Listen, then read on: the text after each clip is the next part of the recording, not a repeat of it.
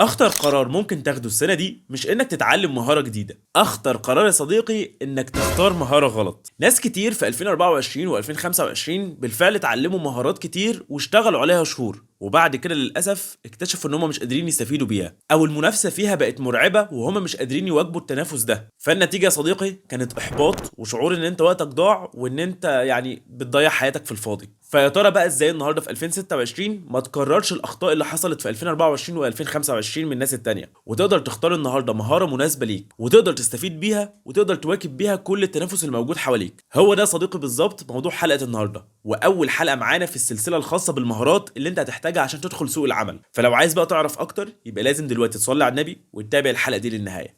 انا طارق صادق وانت منورني.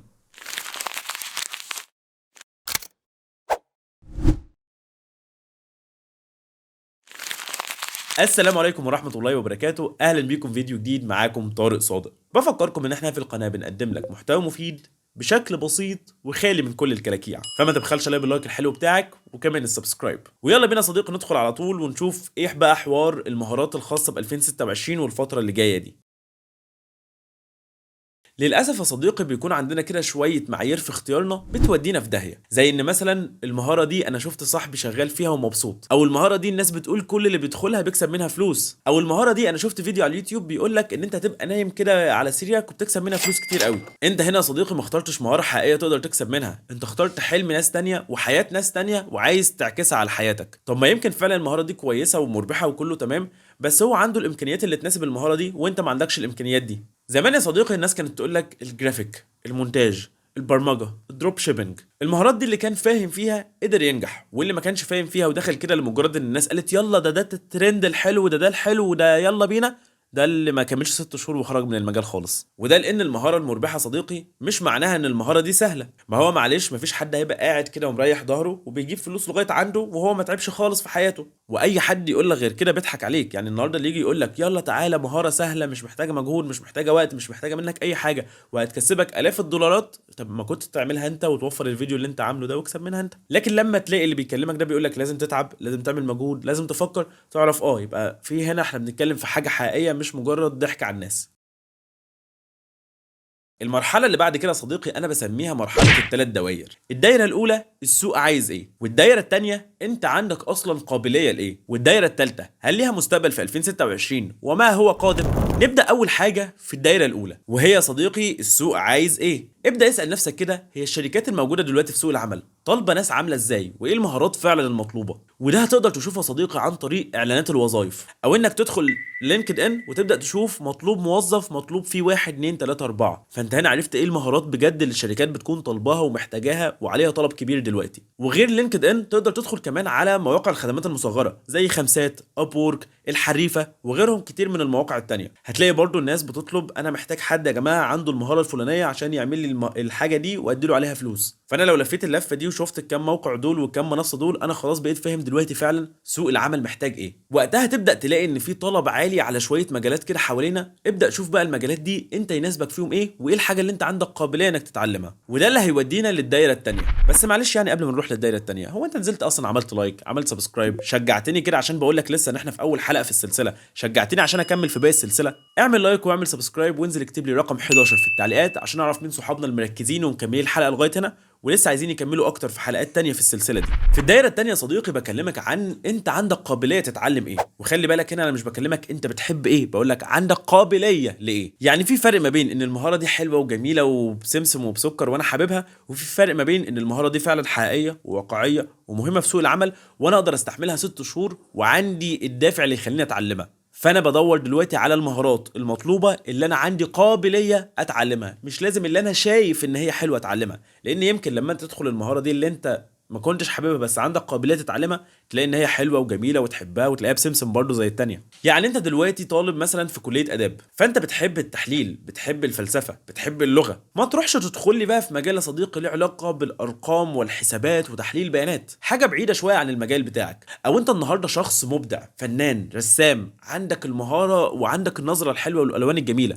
يبقى انا عندي مهاره زي المونتاج او الجرافيك بتلبي الاحتياجات دي. ما اروحش بقى اشتغل في الترجمه. شوف المهارات اللي انت وانت عندك قابليه تتعلمها، اللي هي تناسب الخلفيه، الباك جراوند اللي انت جاي منها، التعليم اللي انت متعلمه، الخبرات اللي عندك، بحيث ان انت ما تبقاش بتبني من الصفر. اما بقى الدايره الثالثه صديقي، هي فكره هل الشغلانه دي ليها مستقبل في الوضع الحالي في 2026 وفي المستقبل، ولا انا هتعب نفسي دلوقتي في مهاره وبعد يومين هلاقي بيقول لي معلش الذكاء الصناعي اخد مكانك. وده انا شفته يا صديقي بنفسي مع صديق ليا، خارج مع صديق ليا شغال مبرمج، ولقيته بيكلم واحد صاحبه والاتنين شادين قوي. فلما قفل بقول له في ايه يا معلم؟ فبيقول لي انا دلوقتي عندي كود، الكود ده الذكاء الاصطناعي بيكتبه في 3 ثواني. صاحبي اللي انا مش شريكه ده في المشروع ده والبرمجه دي هو مصمم يعمله يدوي. طب ليه يا ابني بتعمله يدوي وما الذكاء الاصطناعي بيعمله؟ قال لك اصل الذكاء الاصطناعي مش دقيق وعنده شويه غلطات. فانت دلوقتي بدل ما تعمله بالذكاء الاصطناعي وانت بعقلك كبشري تراجع عليه وتطلع 5 6 غلطات وتصلحهم اسهل، ولا تروح تعمل الكود كله في ساعتين 3؟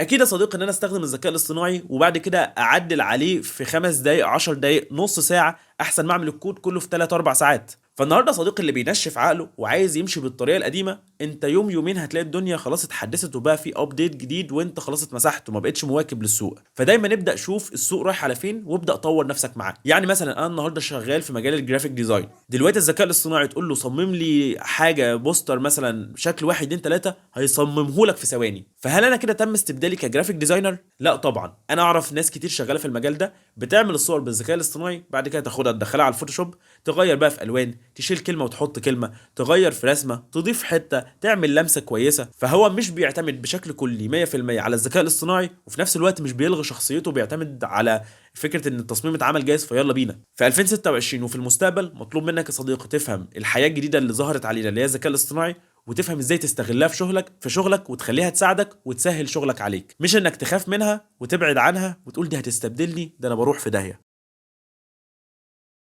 دلوقتي يا صديقي انا دلوقتي معايا مهاره كويسه وحاسس ان انا اقدر اتعلمها، بس في سؤال مهم: ازاي اتاكد اصلا ان المهاره دي هتجيب لي فلوس؟ عندك يا صديقي 3 مؤشرات هم دول اللي هيعرفوك انت هتقدر تكسب فلوس من المهاره دي ولا لا. رقم 1: هل المهاره دي في ناس النهارده بجد بتدفع فيها فلوس؟ يعني مش مجرد ان انت هتعمل الحاجه دي فهتلاقي عليها لايكات ومشاهدات وناس تقول لك الله جميل تحفه ومحدش هيشتري منك في الاخر، ولا لا دي حاجه لما بتنزل الناس بتطلب وبتقول لك انا عايز من ده واعمل لي زي ده، وعملتها ازاي؟ طب علمني، طب انا هدفع لك فلوس وتديني كورس فيها، طب انا هدفع لك فلوس وهتعمل لي الخدمه دي، مش مجرد ان الناس بتنزلها فبتنبهر وخلاص. المؤشر الثاني: هل المهاره دي تقدر تبداها النهارده بامكانياتك الحاليه، ولا انت بقى محتاج 100,000 جنيه؟ يعني مثلا حاجه زي صناعه المحتوى بالموبايل بتاعك والشمس نور ربنا عادي، ممكن تبدا النهارده صناعه محتوى، وممكن ميكروفون ب 150 جنيه 200 جنيه 300 جنيه. فدي حاجه مربحه ومش محتاجه امكانيات جباره عشان تبداها. غير واحد تاني بقى قرر ان هو يشتغل مخرج ومحتاج بقى عده تصوير وكاميرات ومعدات وعده صوت احترافيه، لا خلاص انت رايح في حته تانيه بقى. فدايما حكم عقلك يا صديقي، انا دلوقتي ببدا من الصفر، انا ما معيش امكانيات جباره، فاشوف المهاره دي هل ينفع ابداها بالامكانيات الحاليه، ولا انا هروح اتعب نفسي واتعلمها 6 شهور وبعد كده يقول لك والله العظيم عشان تبدا المهاره دي محتاج 300,000 جنيه. حضرتك انا كنت محتاج ابدا ب 3000 جنيه اصلا مرتب علشان اقدر اكمل فيها. فحكم عقلك يا صديقي في حوار الماديات ده، ما تروحش تتعلم لي حاجه بتحتاج امكانيات جباره وانت ما معكش حتى تمن الامكانيات دي. والمؤشر الثالث ان تكون المهاره دي ليها اكتر من مصدر دخل. يعني مثلا انا النهارده اتعلمت برمجه، فانا ممكن اشتغل برمجه كفريلانسر عن طريق مثلا مواقع الخدمات المصغره اللي اتكلمنا عنها في حلقات كتير قوي موجوده هنا في القناه، تقدر ترجع لها، وممكن ادخلها جوه السلسله لو حابين. لو عايزين نتكلم عن المواقع دي وازاي بتكسب منها اكتب لي تحت في التعليقات مواقع الخدمات المصغره وهدخلها لكم ان شاء الله في السلسله دي. وبرده البرمجه دي يا صديقي ممكن اروح اشتغل بيها في شركه، وبرده البرمجه دي يا صديقي ممكن اقعد اكتشف ثغرات وبعد كده اتواصل مع شركات اقول لهم الثغرات دي فيدفعوا لي عليها فلوس. وبرده البرمجه دي يا صديقي ممكن ادي الناس استشارات، وبرده البرمجه دي يا صديقي ممكن ادي فيها كورسات. فانا دلوقتي متعلم مهاره لو ما نفعتش اجيب منها فلوس بالمجال ده هجيب بيها بالشكل ده، هجيب بيها بالطريقه دي. حاجه مثلا زي صناعه المحتوى، انا النهارده بعمل محتوى فبيظهر عليه اعلانات فباخد منها فلوس، وبرده في نفس الوقت انا بعمل محتوى فممكن حد يطلب مني ان انا اعمل له اعلان هنا فاخد منه فلوس. وبرده ممكن انا كصانع محتوى اعمل النهارده مثلا الهودي ده واطبع عليه مثلا اسمي ويكون ليا متابعين فابدا اعرضه للبيع واستغل القناه بتاعتي فالناس تشتري فياخد منها فلوس. فحاول المهاره اللي انت هتتعلمها يكون ليها اكتر من طريقه تكسب منها فلوس، بحيث لو طريقه ما ظبطتش تلاقي التانيه تلاقي التالته، يبقى عندك بدائل يا صديقي.